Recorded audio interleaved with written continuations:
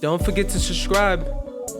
With the completion of this game, now it's time for the review.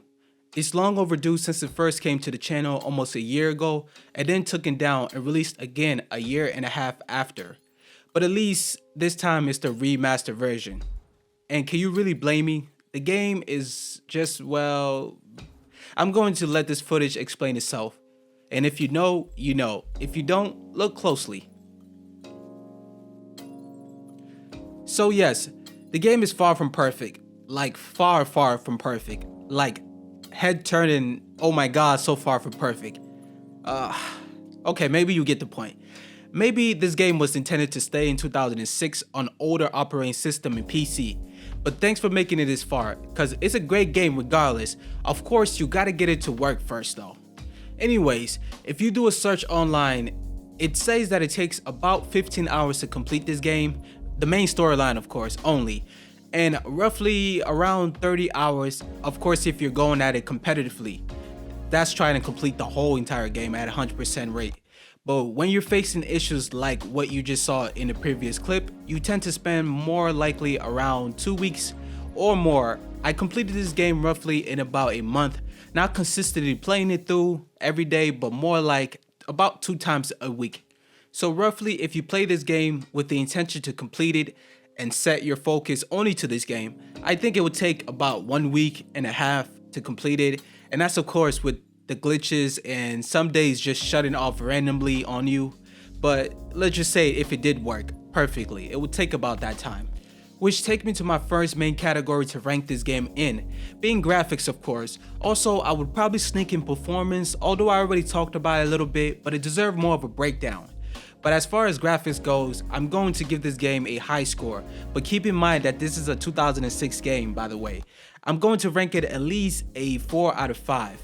And it's kind of cheating, but I'm giving that rank out of respect for the remastered version if you ever do get your hands on it and get to play it in 2022.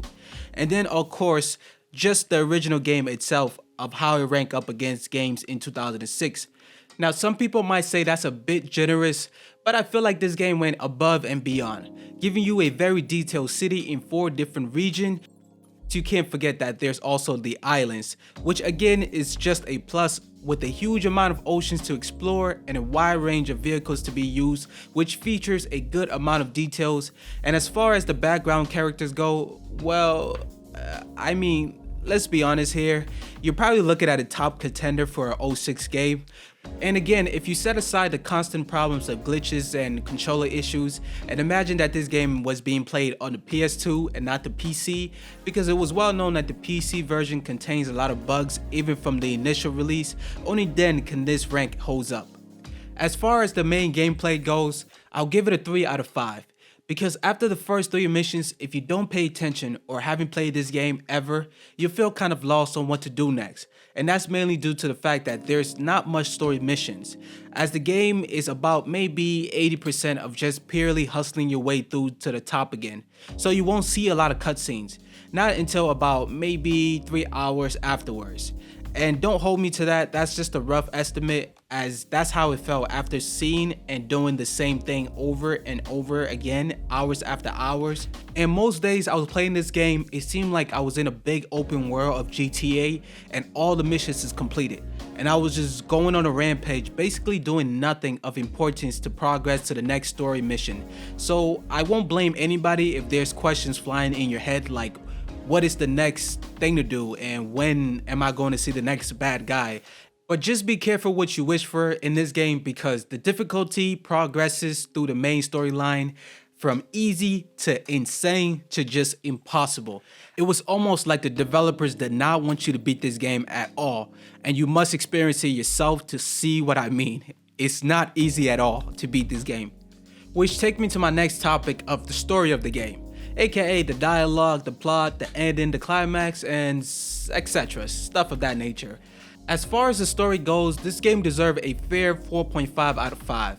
It's well written, it seemed like it could be a sequel to the actual movie. The dialogue and voice acting was amazing, aside from of course the failures like the NPC just yelling out the same thing over and over, or that barking dog in the background, which at times get very annoying, especially if you have this playing in your headphones. But if you can make it through the game, I can tell you that the ending It's definitely worth it.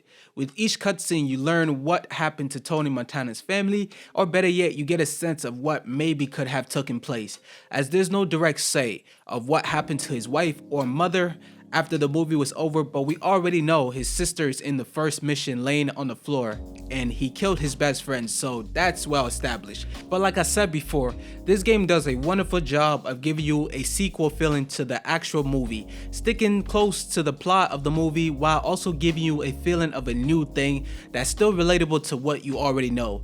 All in all, it's definitely worth the play. Now, was I too generous with the rating? I can't really say, because due to the current condition of the game, 16 years after its release, it's not fair to call it what it is now, more than what it was then. But you let me know in the comment section, and I'll catch you in the next video. Don't forget to subscribe.